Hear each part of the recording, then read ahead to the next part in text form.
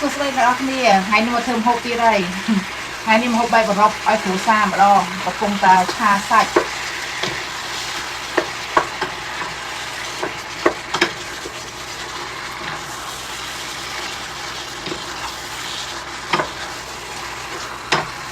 រវល់ណាស់អ្នកនរគ្នាអើយព្រឹកឡើងមុនទៅធ្វើការរៀបចំទៀតហើយហត់ហើយខ្ញុំកំបុត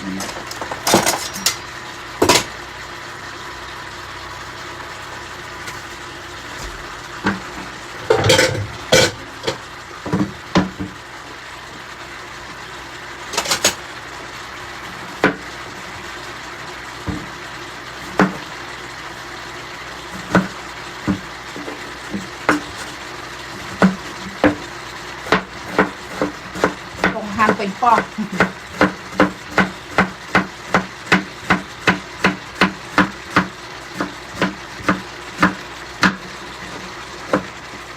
ឆាសាច់បដាហាន់ពេញប៉ោះបដា